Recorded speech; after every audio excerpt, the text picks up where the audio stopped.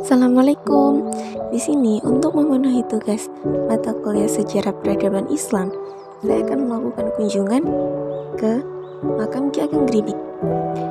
Nah, di sana adalah salah satu bukti sejarah peradaban Islam yang ada di Kota Malang.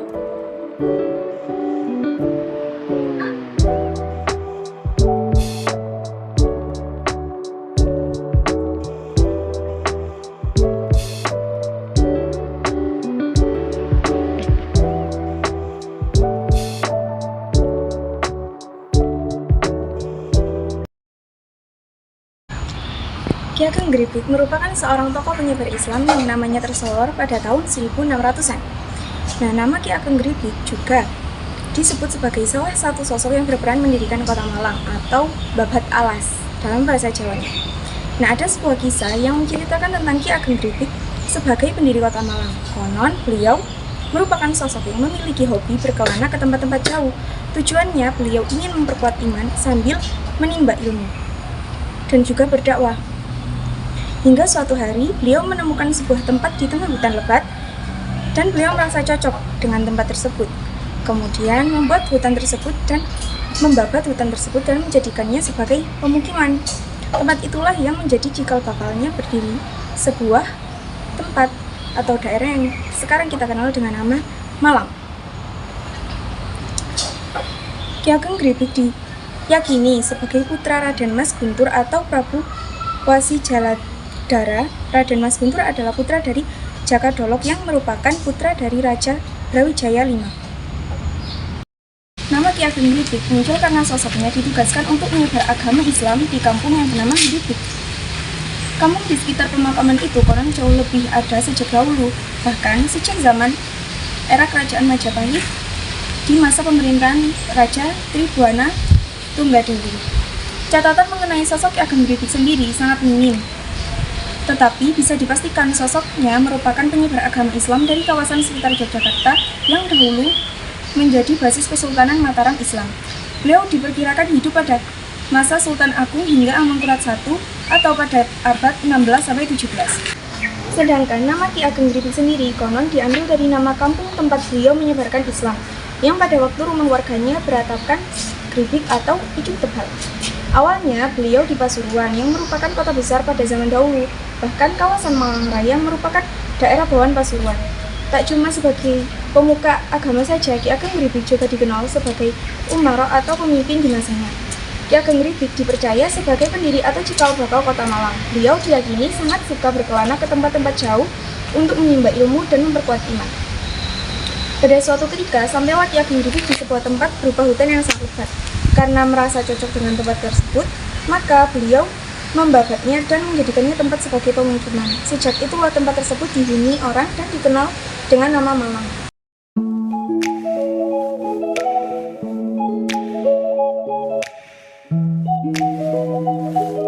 Nah, untuk makam yang ini adalah makam dari teman Ki Ageng Gribik, yakni Untung Surapati. Beliau adalah teman yang mendampingi masa pendakwahan Ki Ageng Gribik di Malang. Namun, beliau lebih berfokus kepada jihad atau melawan para penjajah, sementara Ki Ageng Gribik lebih berfokus kepada pendakwahan Islam atau syariat Islam di Malang. Adapun makam yang ini adalah makam dari teman Ki Ageng Gribik juga, yaitu Sayyid Utsman. Beliau adalah keturunan dari Rasulullah. Beliau juga membantu Ki Ageng Gribik dalam mendakwahkan syariat Islam di Malang. Nah, untuk makam yang ini adalah makam dari seorang ulama yang mendirikan daerah Gribik. Jadi beliau ada sebelum datangnya Ki Ageng Gribik ke daerah tersebut. Nama Gribik sendiri diambil dari nama beliau, yakni Sayyid Al-Maghribi.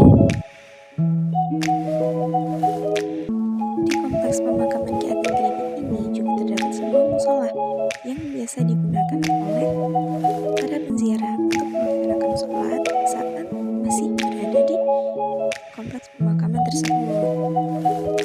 Untuk lebih jelasnya lagi, saya juga menyertakan video tentang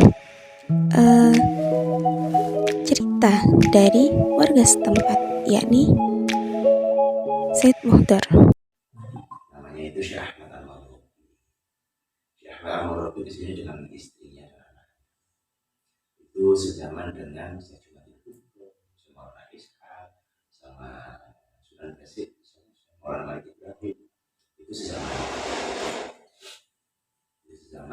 Cuman dia itu di sini nggak dakwah. Di sini tujuannya itu untuk usaha. Akhirnya dia keliling tanah Jawa menemukan tempat di ya, akhirnya apa ya, dalam sejarah itu si Syekh Ahmad Al-Maghribi ini akhirnya suatu hari itu haji Mekah. Setelah melakukan haji itu pakaiannya itu di arah Jawa. Maksudnya bukan arah Jawa, maksudnya imamah atau ikat kepala yang dipakai itu batik, bukan khas Timur Tengah. Itu akhirnya ketemu ambil adiknya sungguh-sungguh kan, namanya Syekh Maulana Muhammad. Akhirnya kepetuk, jenenge wong oleh petuk kan masih berluka.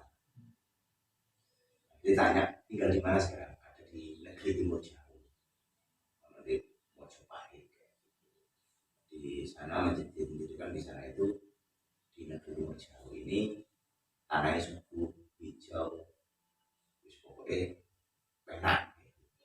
Akhirnya kembalilah Syekh Ahmad ke sini lagi. Nah, Syekh Muhammad nggak lama setelah itu usul kakaknya beliau itu disambut oleh Syekh Maulana Ishaq, Sunan Ghazi disambut oleh beliau.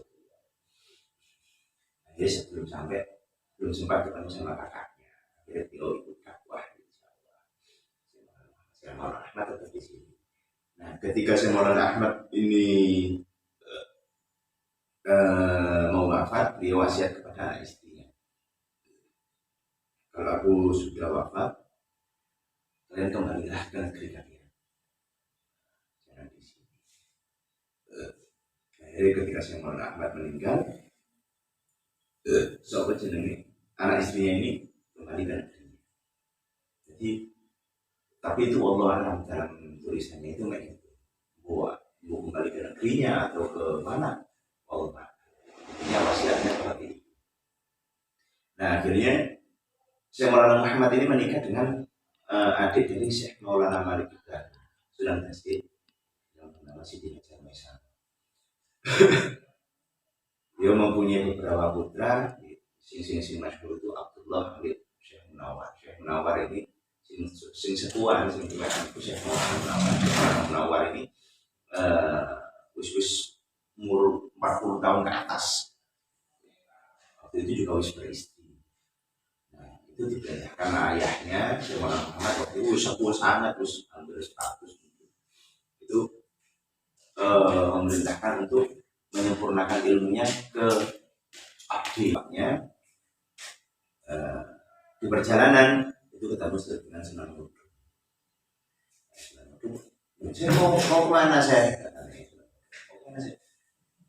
Ini mau menimba ilmu ke uaknya saya Ahmad. Akhirnya itu titip adiknya Sunan Kudus itu. Saya titip sejak ikut juga adiknya yang Sunan Kudus. Adiknya itu namanya Raden Ahmad Sadikin. Dan itu dibawakan pasukan khusus Sunan Kudus kan dulu adalah seorang senopati. Jadi dibawakan seorang pasukan satu kompi lah, satu peloton. Polisi itulah jumlah 200 orangan. Itu dibawakan kawin giring. Jadi di situ dibawa Raden Ahmad Sadikin. Itu nggak tahu itu adik kandung atau adik dari istrinya, saya nggak tahu. Pokoknya intinya itu adik. Nah, itu dikawani pendiali itu kongsi. Nanti kesini, nanti kalau ada apa-apa di perjalanan menemukan sesuatu yang sulit untuk dipecahkan, permasalahan yang sulit dipecahkan, duduk ending dulu. Akhirnya berangkat, akhirnya sampai sini muter-muter deh kaki Gunung Malang, ketemu sampai muter-muter bolak-balik ketemu, ambil semorna, ambil uangnya. Jadi istirahatlah di Senang Widodaren. Senang Widodaren itu nanti di Senang Widodaren itu istirahat sambil musyawarah. Ketika selesai musyawarah, akhirnya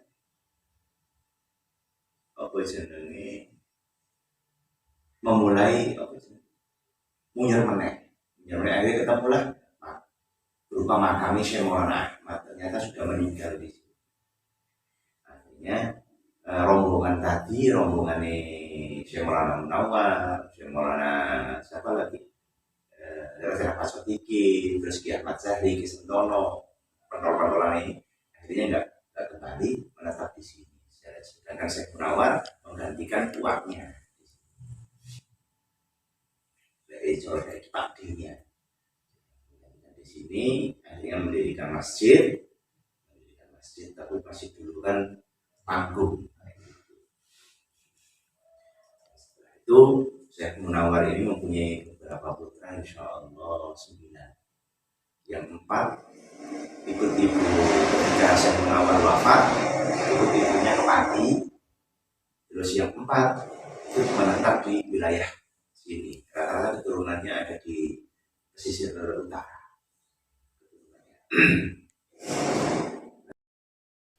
Sekian penjelasan yang dapat saya sampaikan mengenai kompleks makam Ki Ageng Kribi. Sampai jumpa di video selanjutnya. Assalamualaikum.